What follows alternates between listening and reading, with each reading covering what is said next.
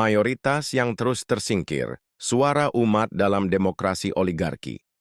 Indonesia lahir dari semangat tauhid, bukan sekadar kumpulan pulau dan suara, tapi ikatan nilai dan prinsip yang pernah dituangkan dalam Piagam Jakarta, 22 Juni 1945. Di sana, ketuhanan dengan kewajiban menjalankan syariat Islam bagi pemeluk-pemeluknya nyaris menjadi pondasi konstitusi negeri ini.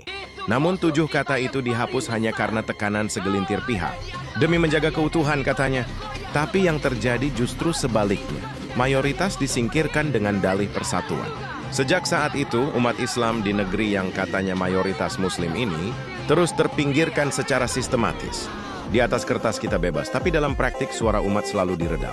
Ketika bicara penegakan syariat, dicap intoleran. Ketika membela akidah, dicap radikal. Ketika bersuara, dituduh makar. Apakah ini demokrasi? Atau hanya tak oligarki berkedok pemilu? Umat Islam mayoritas hanya dijadikan alat suara setiap 5 tahun. Setelahnya dilupakan, bahkan dilawan. Lihatlah bagaimana ormas Islam dibubarkan. Ulama dipenjarakan, pesantren diawasi, dan dakwah dikriminalisasi. Sementara korporasi asing dan cukong politik justru bebas menjarah tanah, tambang, dan masa depan rakyat.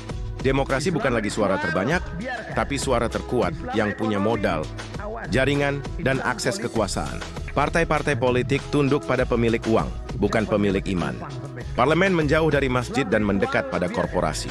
Media dikendalikan, narasi diatur, rakyat ditinabobokan. Padahal negeri ini bisa berdiri karena darah para santri, jihad para ulama, dan keringat umat. Tapi kini, umat hanya jadi penonton dalam panggung kekuasaan.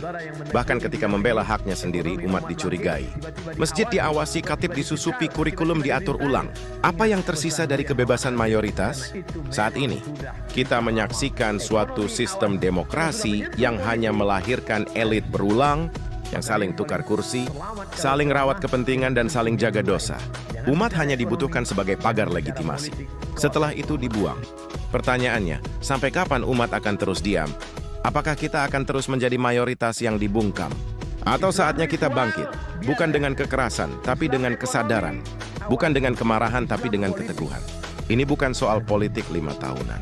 Ini soal identitas dan hak sebagai umat, mayoritas di negeri yang dibangun atas nama tauhid.